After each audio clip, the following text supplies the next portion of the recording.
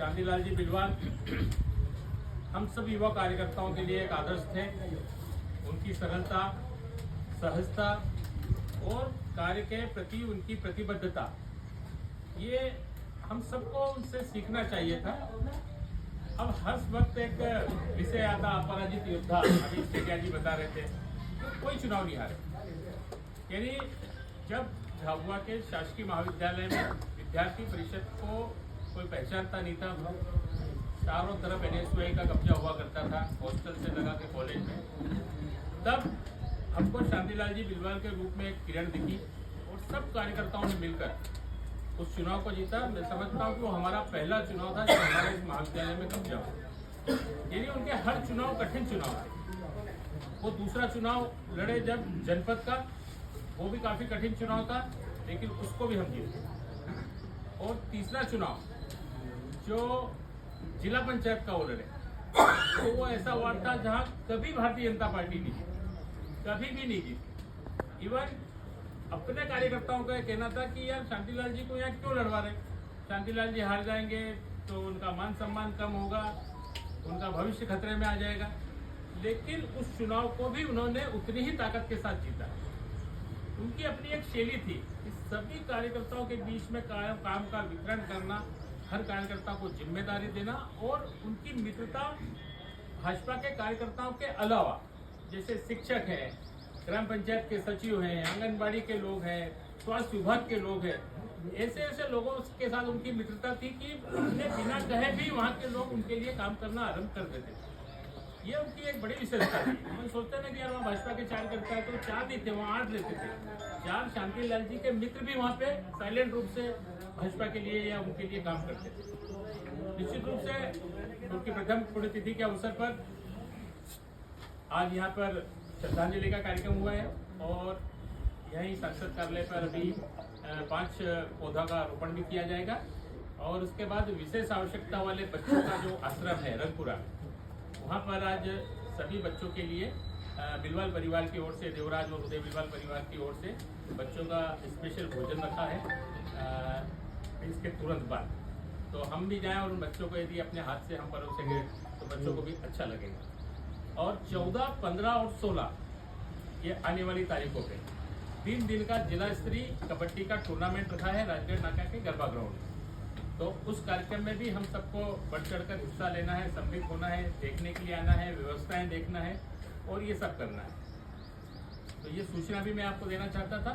और श्रद्धांजलि जो सच्ची होगी उनके प्रति, जैसे अभी सेठिया जी बोल रहे थे कि इस झाबुआ विधानसभा जिसका नेचर ही ऐसा है कि हम सब लोग कहते थे कांग्रेस की विधानसभा है, इसको हम जीत ही नहीं सकते। और सचमुच जो हमारे विरोधी भी कहते थे कि वो कहते थे कि त्रिकोणीय संघर्ष में ही भाजपा जीत सकती है, सीधे अगर लड़ेगी तो नहीं जीत पाएगी। और वो होता भी था।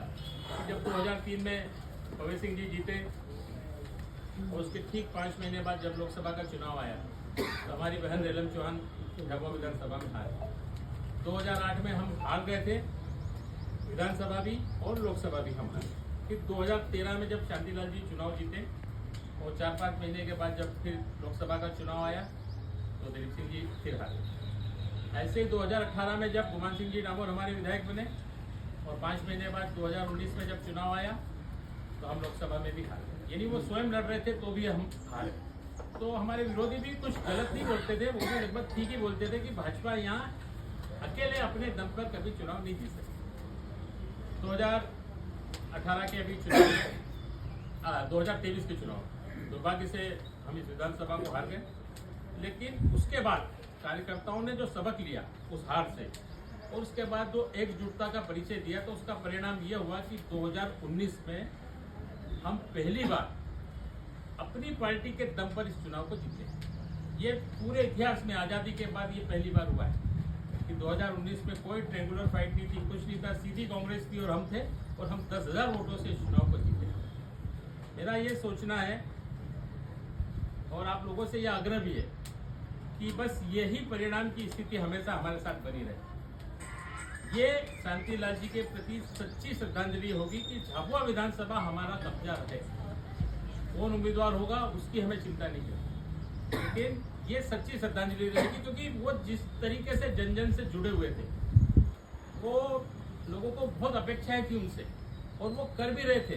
इतने काम उनके 5 वर्ष के कार्यकाल में हुए। मैं समझता हूँ कि जैसे हम पहले किसी विधायक बोरी जाते थे तो विधायक से पूछते थे कार्यकर्ताओं से कि आपके यहाँ विधायक जी कितनी बार आते हैं बोरी, तो थोड़ा कटा हुआ हिस्सा है, तो कोई बोलता 3 बार आए या 5 बार आए, मतलब 1 साल में 1 बार से ज़्यादा नहीं आए। और शांतिलाल जी एक ऐसे शख्स थे कि जो कम से कम 200 बार बोरी गए हों उनके कार्यकाल। ऐसे ही पिटोल की बात करें या कल्याणपुरा की करें, कुंदनपुर की करें, अपन समोई कंजावाणी की करें, तो कोई भी कार्यकर्ता से आप पूछोगे शांतिलाल जी तुमको याद ही नहीं इतनी बार आए। और बाकी किसी विधायक के बारे में पूछते थे तो बोले हाँ 1 बार आए थे कभी या 2 बार आए थे, इस तरह। तो उनकी जन जन से जो जुड़ाव था, उस जुड़ाव को हम कायम रखें और उनके प्रति अपन निष्ठावान होके और उनके कार्यों को अपन आगे बढ़ाएं। और इस झाबुआ विधानसभा में भारतीय जनता पार्टी हमेशा हमारे साथ रहे और हमारा विधायक रहे, इस बात की हम प्रेरणा लें। इतना ही मुझे कहना था। आप सब लोगों को बहुत बहुत धन्यवाद। आप छोटे से निमंत्रण पर इस कार्यक्रम में पधारे, इस कार्यक्रम की गरिमा को आपने बढ़ाया और सच्ची श्रद्धांजलि दी। उसके लिए आप सब लोगों का बिलवाल परिवार, देवराज बिलवाल, उनके पुत्र, उनके भाई उदय बिलवाल और उनके सारे चाहने वालों की ओर से आत्मीय आभार व्यक्त करता हूँ। बहुत बहुत धन्यवाद।